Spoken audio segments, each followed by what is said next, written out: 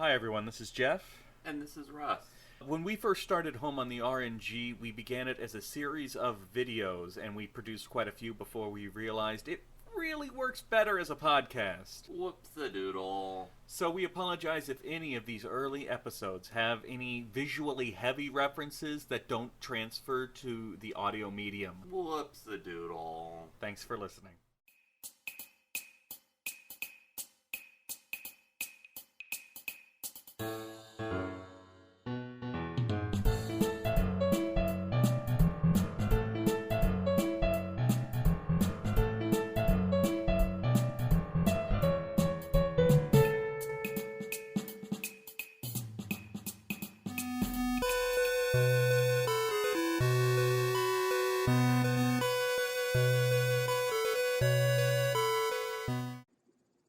Welcome back to Home on the RNG. Hello for the, what is this, fifth time? One, two. This is our fourth game. Fourth, okay. Our fifth video. And by far the best game we've ever done. No, it isn't. This is Shining Force. No, terrible. So we'll open as we have been opening, and as we will always open, with personal history.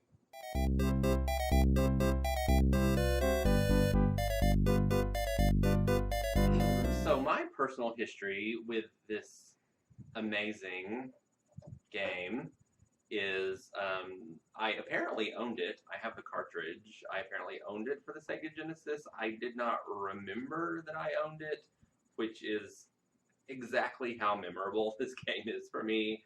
I knew I had played it when I was a kid. I probably only got through maybe the first 5 chapters.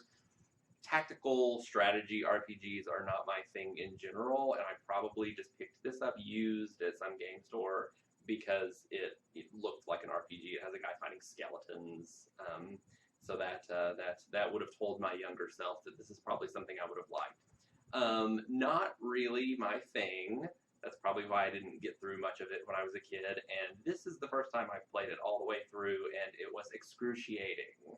So get ready to hear all about it. I didn't even hear about this game until a couple of years ago when a friend of mine suggested it to me because it had centaurs in it, which is a pretty decent selling point for me. So I gave it a shot. I didn't get very far in it. And then when we started this project, it was the perfect excuse to finish what I had started. I've also done my little bit of research. Shining Force came out in 1992 for the Sega Genesis. It is a sequel to a straightforward RPG called Shining in the Darkness. Although, in terms of the Shining story, this game comes first. There are Shining Force sequels, and there are stuff spun off of Shining in the Dark. The Shining series is a whole little franchise with little offshoots all over the place. This is the tactical RPG offshoot that we're talking about now. So, there we go.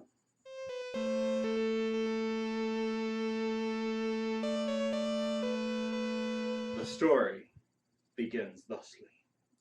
After 1,000 years of peace, a great evil has arisen in the land again. And the king, who has sworn to defend the Gate of Ancients from this ancient evil, sends forth the one kid in his guard that all the other guards make fun of, because you don't want to send a whole army for something like this.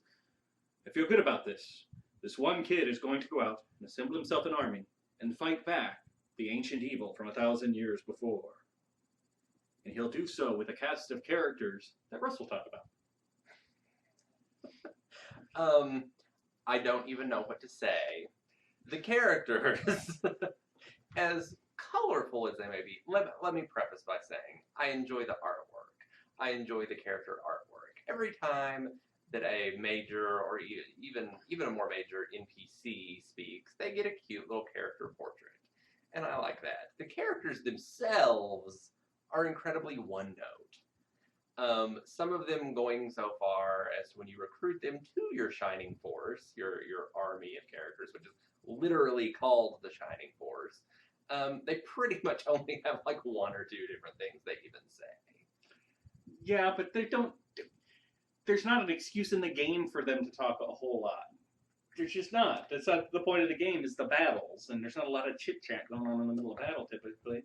if you and I were on the front lines of a war, we're not going to be talking about video games. We're going to be going, ah! That's about. But this is a JRPG, and people do talk about weird things like their pet cat in the middle of a battle.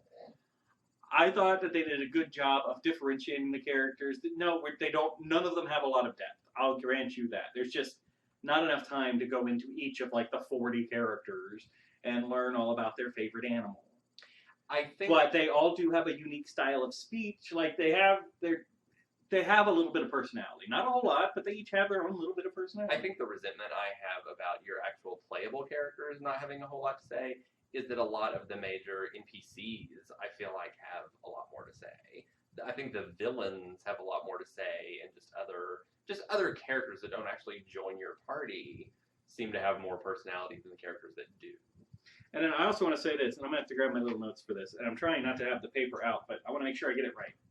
So, the breadth of characters, the cast of characters, and I have in here that it could rival the Breath of Fire series because you can recruit such creatures as a steampunk armored armadillo, centaurs, a werewolf, some birdmen, a dragon, an old man in a flying suit, and so on, and so on.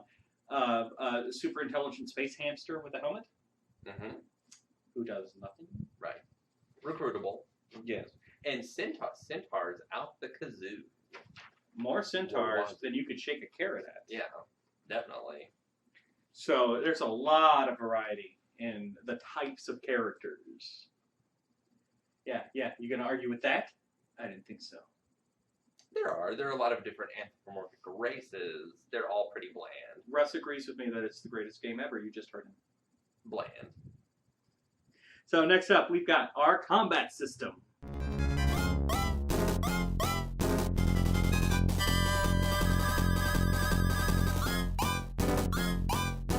So this is a tactical RPG.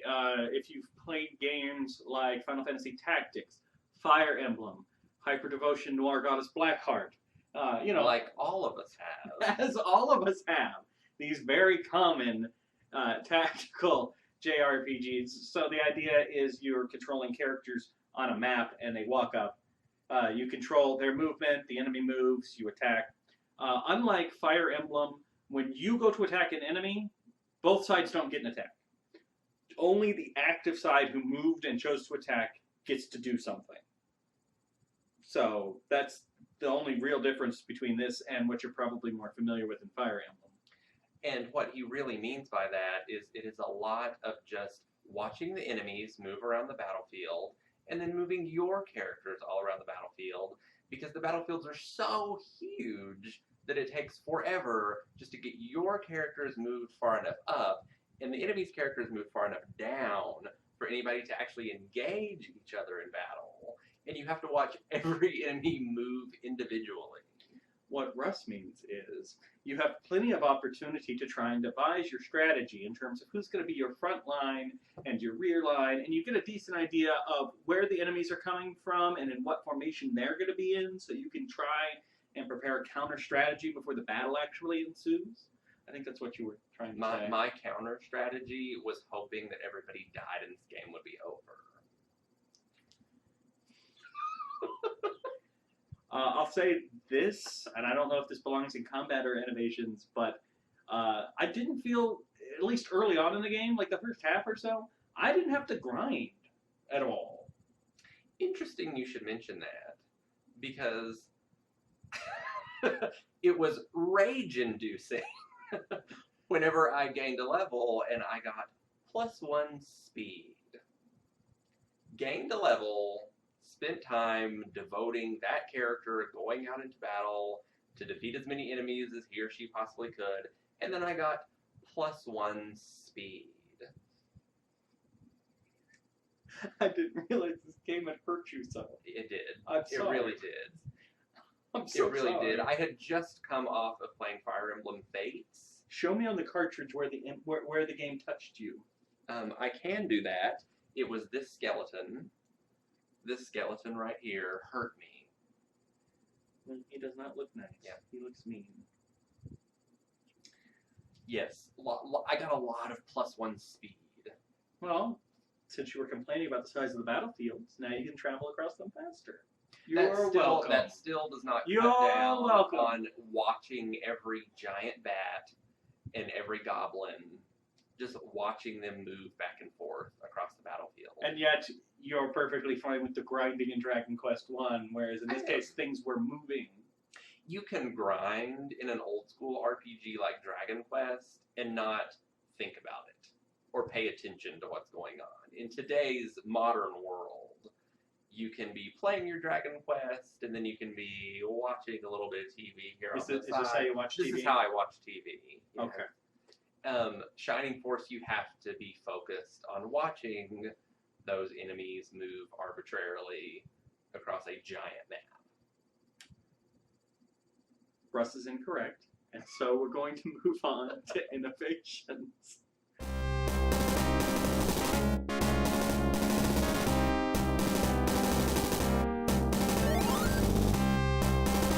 One of the first things that jumped out at me when I was playing this game that really kind of let me know that I was in for something a little different, just a little different than a lot of the normal JRPGs. Was it the terribleness?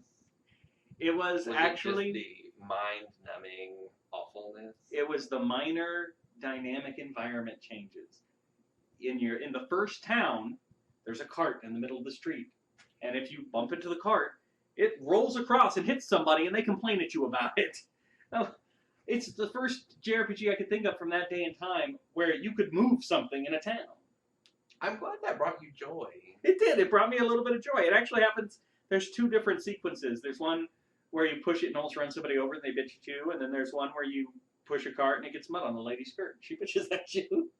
So it's a feminist game. It is.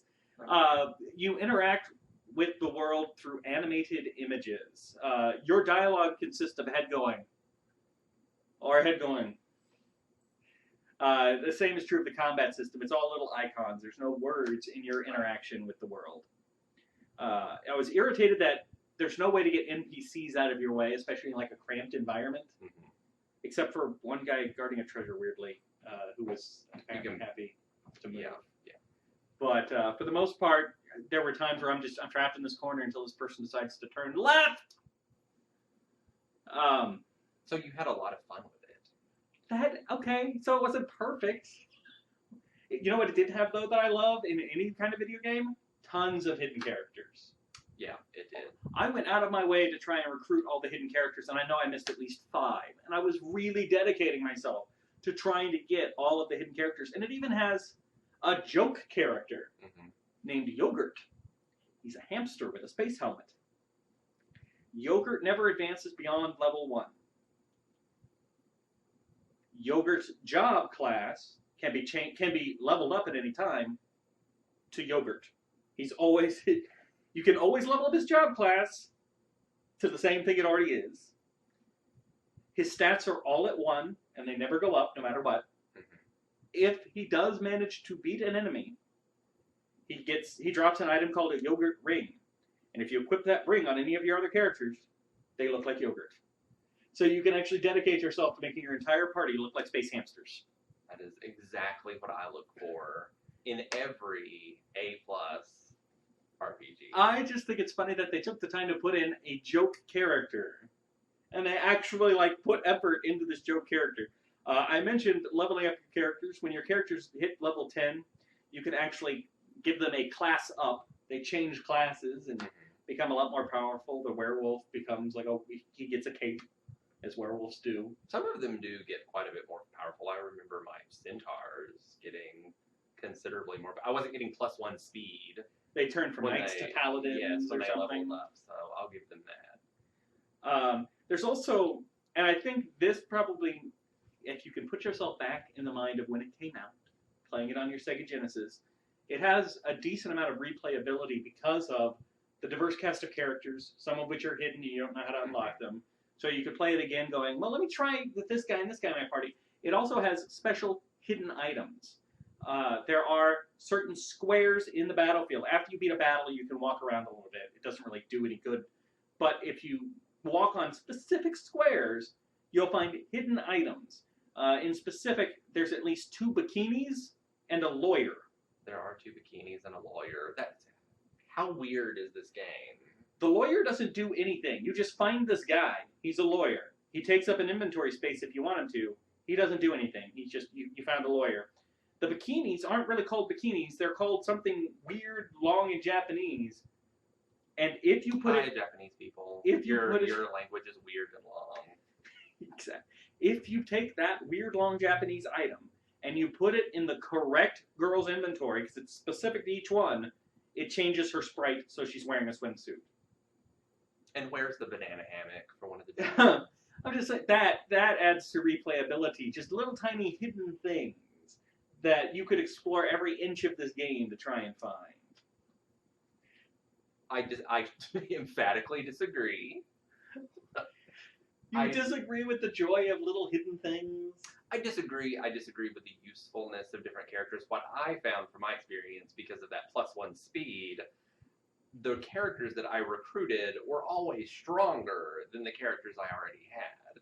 So rather than choosing favorite characters or characters that you've been spending time with and specifically leveling up throughout the game, you really just want to go with whoever's new in your party. With basic exceptions, you always need a healer, you know, and you probably always want a mage, but you pretty much just want to go with the new character. I don't know. Once I got that werewolf, he stayed in my party forever. Was good.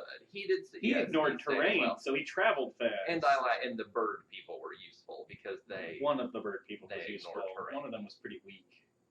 Yeah, I don't remember. I think I used both of them. One really nice thing that I like that they did, and I didn't realize, maybe you didn't even catch this, because I didn't realize it until halfway through I was playing. So as your spells level up, they affect a larger area. Mm-hmm. And I was so panicked trying to figure out how to Tetris this situation so that my spell would only hit the bad guys and not mine, until I finally figured out, oh, even if it hits an area this big, if like 2 of my guys are in that area, it just won't hit my guys. There's no friendly fire with these large area of effect spells. Thank you. Because I don't think Final Fantasy Tactics does that. Tactics lets you hit your guys with area of effect spells. Oh, I've never played Final Fantasy Tactics. It's pretty good. You should. I probably won't. It has a lot of cute little scenes. There's a little while you're turned into a chicken for a little bit. You are. You encounter that wizard who is trying to summon a demon and accidentally summons his own wife. Mm-hmm. Like I said, very feminist, progressive game. Very clearly. He's trying to summon a demon, and he summons his wife, who yells at him and drags him off by his ear. Right. So, for your sake, Russ, I'll talk about 2 things that I thought were less than perfect. First of all, finally, in the combat, I never had any way of knowing whose turn was next. No. That was irritating. I didn't know when an enemy was going to move towards me and attack. I had no way of knowing, my character's about to eat it because he's weak and he's exposed. Should I move him back, or am I going to get a strong guy to move up next? And that's what bothered me about the enemy AI, as a legitimate point, I think, is I felt like a lot of enemies would just go back and forth on the battlefield. Like they would move and they would go a few steps this way, and then they would go a few steps that way. And it was just kind of back and forth. They were on patrol until you got into their little area. I know. They were, and then you get close to them, and then, all right. I don't want to hear your excuses. My biggest gripe with this game, the inventory system. Russ, do you want to start or shall I? Well, the most infuriating thing about it is everybody has to hold whatever items you have.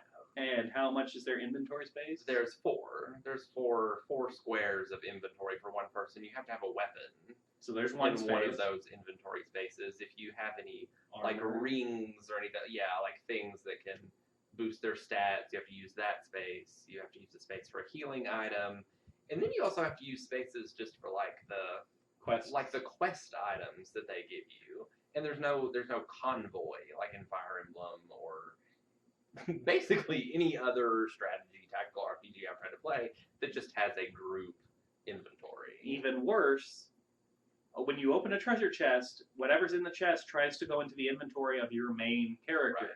So you are forever shuffling items out of your main character's inventory so he can open a chest so he can then give that item to somebody else. Because again, 4 slots, and at least 2 of those are going to already have something in them. Mm-hmm. Possibly even 3, because again, he does have to put quest items in there to do stuff. So there's a lot of inventory management for no reason. Because I feel like I can carry 4 things. Like if I'm walking around, I feel like I can hold a sword, wear a ring, and still carry more than 2 things on my body in like a backpack or something. If I needed to. I feel like I carried more than 4 things in school in a backpack. Definitely. Do you have anything else under innovations? No, I think that I think the inventory. Well, I think everything was awful. I don't think this game really innovated anything. So Part of this is I just like to fuel the fire that burns inside of him whenever I disagree. I honestly feel like this is one of the best games we've played since we began this project. Easily the best game we've played since we began this project. Anyway, we will now move on to music.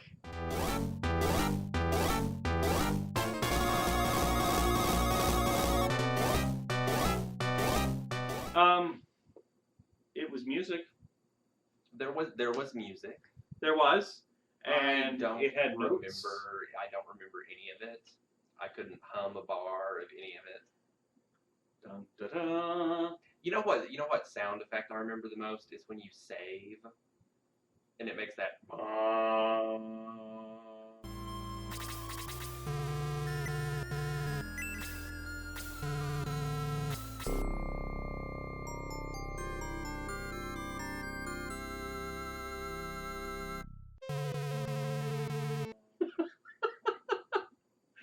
That's what I remember. That's the most memorable sound. There actually, and again, a friend of mine did research. There is not much information. The guy who did Shining Force only did one other game, and I think it was also a Shining Force game. And there's not much information on him. And his name is Masahiko Yoshimura. So, thank you for contributing to this wonderful game. I really appreciate it. Yes, I really appreciate it, Yoshimura.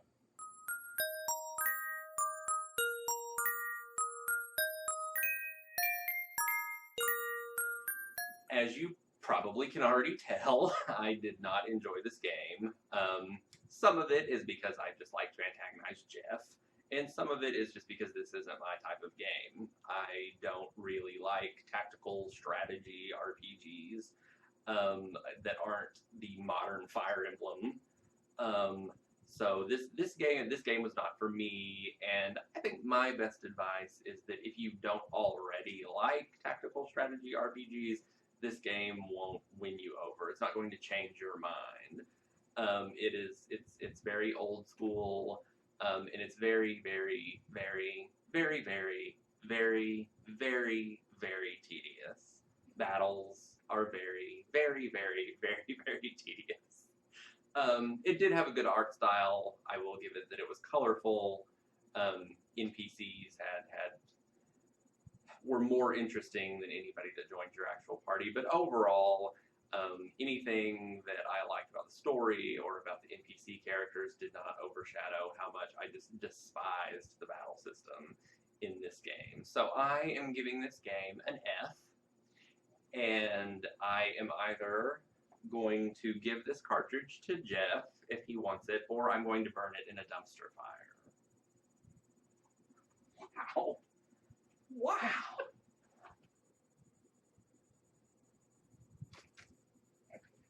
I'm going to keep this. I enjoyed this game immensely. I'm not kidding when I said it's my favorite game that we've played for this project so far. Now, we've only played 4 games for this project so far, so the competition wasn't really that fierce, although I did enjoy Lufia, but not as much as I enjoyed Shining Force. I like tactical RPGs. I enjoyed the strategy element to it. I got a lot more out of this than I expected to for such an early JRPG, tactical RPG. Just the breadth of characters, the number of characters, all the hidden little things that you could unlock. The final combat even was different than any tactical RPG I've ever played, because it was a giant dragon with 3 heads, and you had to kill all 3 heads, and you were attacking all 3 parts of this one creature simultaneously. So the creature was so big, it was almost part of the background. So I appreciate that it did a lot more than I really thought it was going to be able to do. I don't know why Russ hates this game so much, because I really, really like it. Because it sucks. A minus. A minus, and it would have been an A plus had it not been for that really awful inventory system. That's really the only problem I've got with this game. So, if you want to play Shining Force, And you shouldn't. and you do, You don't. it's available on the Wii Virtual Console. It's also available in the Sonic's Genesis Collection for the 360 and the PS3. And that's actually worth picking up. It's been out for a long time, so the price on it's pretty low. And it's a lot of Sega Genesis games. Last time Russ was in town, we actually spent most of the weekend just playing various games on there. So it's not just Shining Force and Shining Force 2, which are on there. It's got a whole bunch of other games. It's worth picking up if you ever liked any of these older games. So there's a couple of places where you can play Shining Force for yourself and decide that Russ is wrong and doesn't know what he's talking about. I do know what I'm talking about, and I am correct, and don't play it. This game is great. To show you what a not great game looks like, next time, Russ has picked for us to play Breath of Fire 1. We can compare and contrast what a great game is versus a steaming turd. Dun dun dun. We'll see you next time. Bye. Home on the RNG is a presentation of Mad Centaur Productions. You can find Jeff on youtube.com/Centaur Productions or on Twitter @JeffCentaur. You can find Russ on Twitter @RussMac25. Thank you for listening, and remember, it's dangerous to go alone. Take this podcast with you.